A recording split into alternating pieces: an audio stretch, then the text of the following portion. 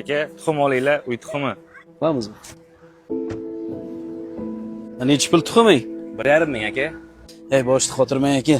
Hammasiga 1000 so'mdan beraman. Bolalarimni shu bilan boqaman. Oling, bugun pulga juda ham zoriqdim. Hech bo'lmasa bolalarim och qolmasin, non olib borardim.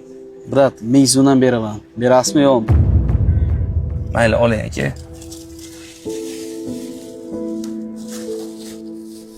Ko'rdingmi savdolash qanaqa bo'lishini? Tuxumlarni ham yarim pulga oldim. Assalomu alaykum. Ya, assalomu alaykum. Hisoblaymiz. Bugun o'zlari-ku 200 ming bo'libdi. Mana 300 ming. Aytimi kerak emas. Men bu narsani tushunmayman.